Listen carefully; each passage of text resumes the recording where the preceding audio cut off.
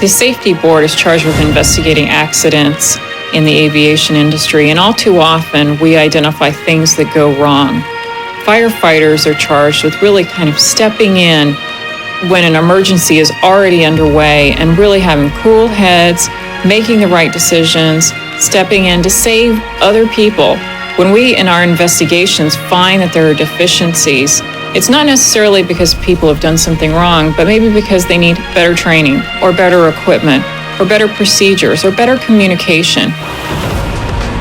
The fastest and safest way to gain access to any aircraft is through the normal entry points.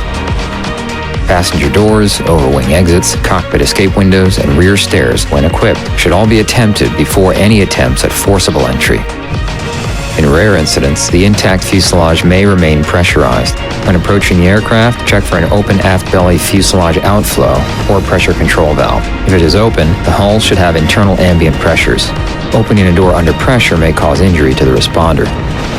Attempts to open damaged doors may allow faster access than forcible entry techniques involving cutting out sections of the fuselage, especially for small planes without plug-type doors. However, trying to pry open plug-type doors and hatches is not likely to be worth the effort. Highly reinforced frames and perimeters make it nearly impossible to create an opening large enough to insert the tips of a hydraulic spreader. Plug-type doors and hatches can't be opened when the aircraft is pressurized, but vault doors can be opened under pressure. This can be extremely dangerous for ARFF personnel. Some doors have indicator lights that turn red when the aircraft is pressurized and white when it is not. If normal entry points are inaccessible, forcible entry through the fuselage may be the best option. As you develop your standard operating procedures for aircraft forcible entry, make sure you partner with the airlines with service to your airport. They can serve as a great source for information and resources. At the Airline Pilots Association, we believe that a well-trained, well-prepared pilot is the best safety device in the cockpit. And when an emergency occurs, you can bet that we're going to get that aircraft on the ground as quickly and as safely as possible. It's then the firefighters' turn and the first responders' turn to become the real heroes and evacuate the passengers, protect the crew, and protect the aircraft. This video is a general introduction to aircraft forcible entry techniques and tools. It also covers relevant aspects of aircraft construction. As with any aspect of ARFF operations, consistent training is key to ensuring that you apply your knowledge of forcible entry in an actual incident. These are highly specialized vehicles, and to force entry into an aircraft is very, very specialized. It takes special tools, talent, it takes a lot of training. The firefighters need to know what aircraft are at their airport, who comes and who goes, what military installation is nearby, who could be transient, who could be diverted to your airport. Knowing the airframes, knowing aircraft familiarization is going to play a major role. Understanding aircraft construction is a crucial part of the ARFF firefighter's responsibility. The load-bearing structure of a large passenger or cargo aircraft is composed of strong beams called stringers that run the length of the aircraft, as well as frames that circle those beams. An open area between stringers and frames is commonly called a bay. Bays are typically 18 to 20 inches long and 8 to 10 inches wide. You can identify bays from outside an aircraft by noting the lack of fasteners on the skin. Fuel can be found in several locations on any given aircraft, including in the wings, the vertical and horizontal stabilizers, and the fuselage. Wiring, tubing, controls, and other components of the aircraft's many systems are threaded throughout the main structure. An aircraft's outer skin is riveted to both stringers and frames, and mounted components such as engines and windows are attached. Aircraft windows are typically constructed of 3 layers of approximately half-inch plexiglass.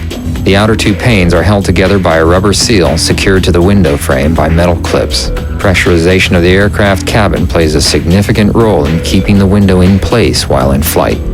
Plastic panels used in the interior finish hold the 3rd pane in place.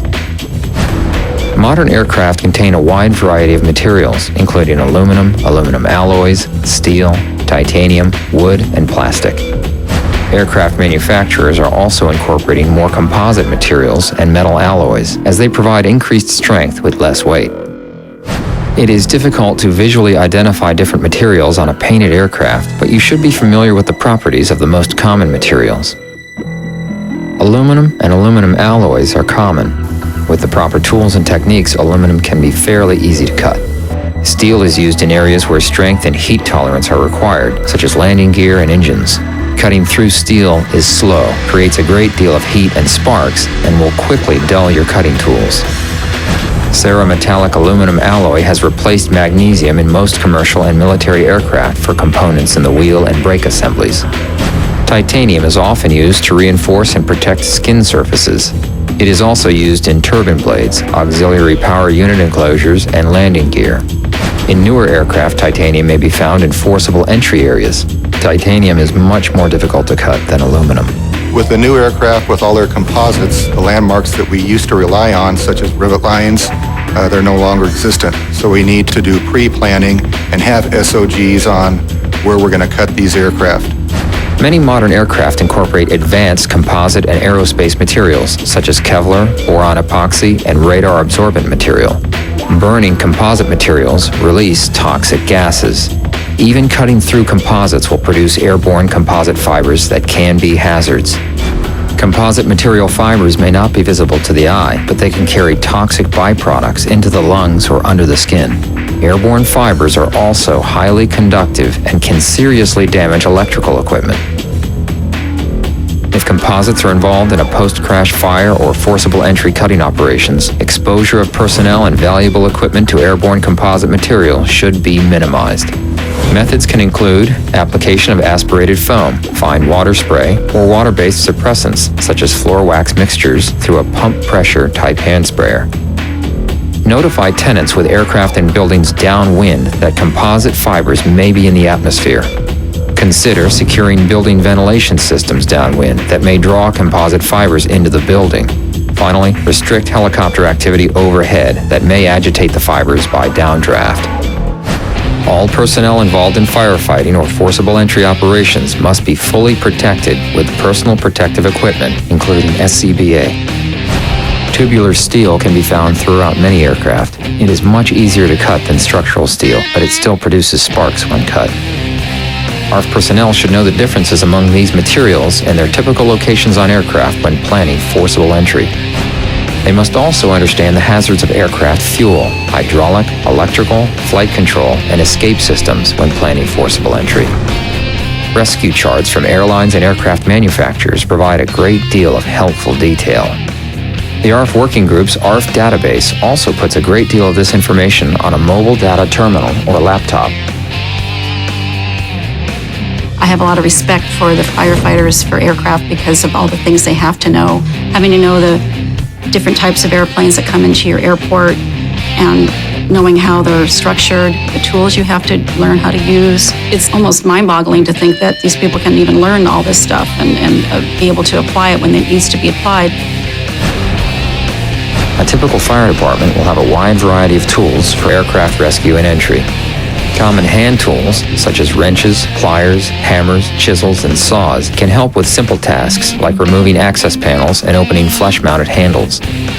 Flathead, pick-headed, and crash axes can be used to punch holes in the aircraft skin. Pike poles come in a variety of lengths and styles. They can be used to reach, push, and pull. Seatbelt cutters, linoleum cutters, and razor knives can cut webbing, cargo nets, and seatbelts. Wire, bolt, and cable cutters are effective for cutting small tubing, hoses, and cables.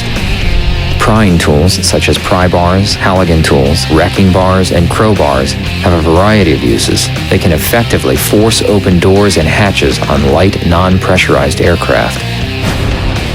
Power tools are classified by their power source.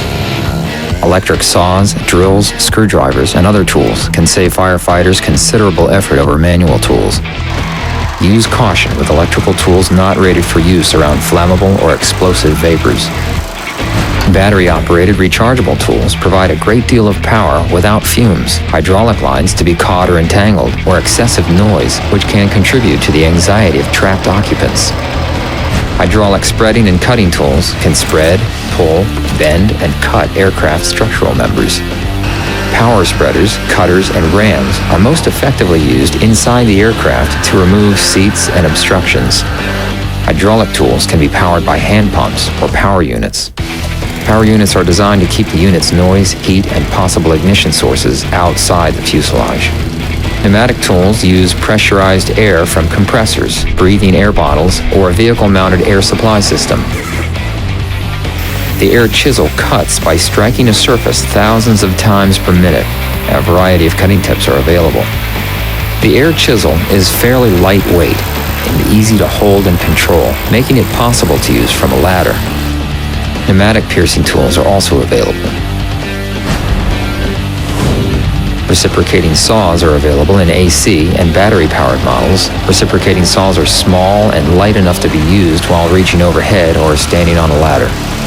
Although a reciprocating saw with the right blade will eventually cut through most materials on an aircraft, it is extremely slow and tedious. Make sure you have a good supply of replacement blades. What I consider probably our best option when it comes to forcible entry is to use a 16-inch rotary saw. And what we try to do is have an opening of about 4 by 3 to where we can get in with our equipment, included our full PPEs, and assist with evacuation of the passengers if needed. The most effective forcible entry tool is a rotary saw. With the right blade and a good technique, rotary saws make the fastest and cleanest cuts in fuselage and other tough areas. There are many types of rotary blades with different strengths and weaknesses. Composite blades are inexpensive and will cut through most aircraft fuselage components. They tend to create a great deal of sparks when cutting through structural components. Composite blades will also shrink as they are used. The best composite blades for aircraft forcible entry are actually blades designed for masonry. They shrink less than blades designed for metal and perform quite well. Read the manufacturer's cautions regarding use and storage. The integrity of some composite blades is affected by age and storage in areas with fuels and lubricants. Diamond cutting blades are also very effective, especially for new composite materials. Diamond tip blades are significantly more expensive than composite blades, but typically have a longer life and do not shrink and are not affected by fuel vapors. Blades for rotary rescue saws are available in 12-inch, 14-inch, and 16-inch diameters. A 12-inch blade is not large enough to cut all the way through skin, structural members, and interior finish of large frame aircraft. A 12-inch saw would be adequate for GA aircraft and some commuter aircraft, and the smaller saw is much lighter than a saw that can handle a 16-inch blade. A 14-inch blade will usually cut through all components, but just barely.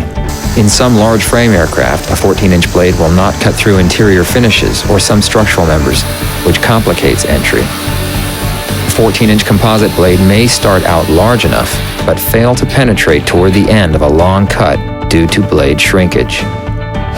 A 16-inch blade is large enough to cut through all components of the fuselage and interior finishes on the largest aircraft. However, these blades require a larger, more powerful saw. A 16-inch rescue saw is more difficult to operate due to the weight, particularly above chest height.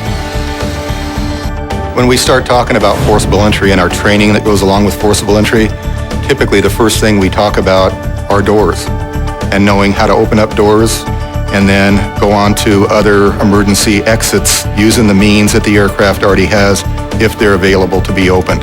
If that's not going to be acceptable and we need to now cut the aircraft, there's a couple of different trains of thought. The decision to proceed with forcible entry should only be made if emergency entry is absolutely necessary and all normal means of gaining entry have been unsuccessful. Whenever possible, airline representatives should be involved in the development of a forcible entry incident action plan. During any aircraft incident or accident, aircraft in the area inside and immediately surrounding it are considered the hot zone.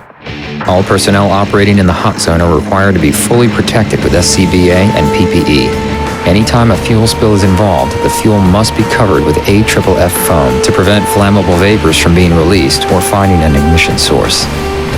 The integrity of the foam blanket must be maintained by reapplying foam. If operations require ARFF personnel to work under or upon the aircraft, some level of stabilization is required. In very basic precautionary scenarios, it may be sufficient to receive approval from the captain to walk under his aircraft or the placement of chalk blocks or gear pins. If the operation will include forcible entry operations, more stabilization may be required. Keep in mind that an uncontrolled or hard landing could cause the aircraft's load to shift or cause the landing gear to fail. Aircraft that leave hard surfaces or have a failure of one or more sets of landing gear may be in positions that will stress and weaken the airframe. An aircraft fuselage without wings or a tail is very unstable. Before attempting forcible entry, the aircraft must be stabilized. This situation may be present after an accident or with a fuselage section provided for training opportunities. Movement of the wreckage or fuselage can further injure trapped victims and rescuers. Saws and other tools can create large amounts of noise and sparks. Rescuers and occupants should be warned of and protected against these hazards during tool operation. If fuels or fumes are present in the hot zone, or if power tools are being used on or around the aircraft, a charged manned foam handline must be established for protection. Some saws are equipped with a water inlet to keep the work cool. So knowing where to cut, how to cut, set it up so that you're taking the least amount of steps, the least amount of time with the saw, and it'll help you out in the long run just in fatigue factor. Choosing the most efficient plan to cut an entry point and remove interior components requires a combination of skills, tools, techniques, and teamwork.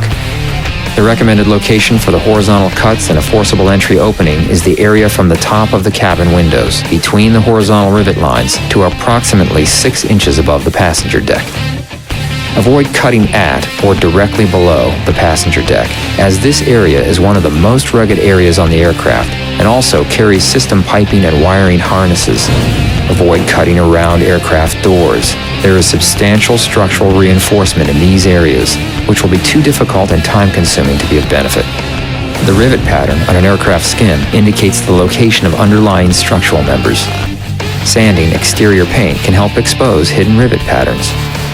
Look at the rivet patterns and mark the location of structural members with spray paint or wide felt tip markers.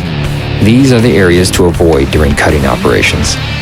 Using a different color of marker or paint, mark the location of 4 cuts that will form your intended square or rectangular opening. The utility of these guidelines will become immediately apparent when trying to cut a straight line with a heavy rescue saw under very difficult circumstances. It is highly recommended that you keep 2 different colors of high visibility spray paints in your forcible entry toolkit.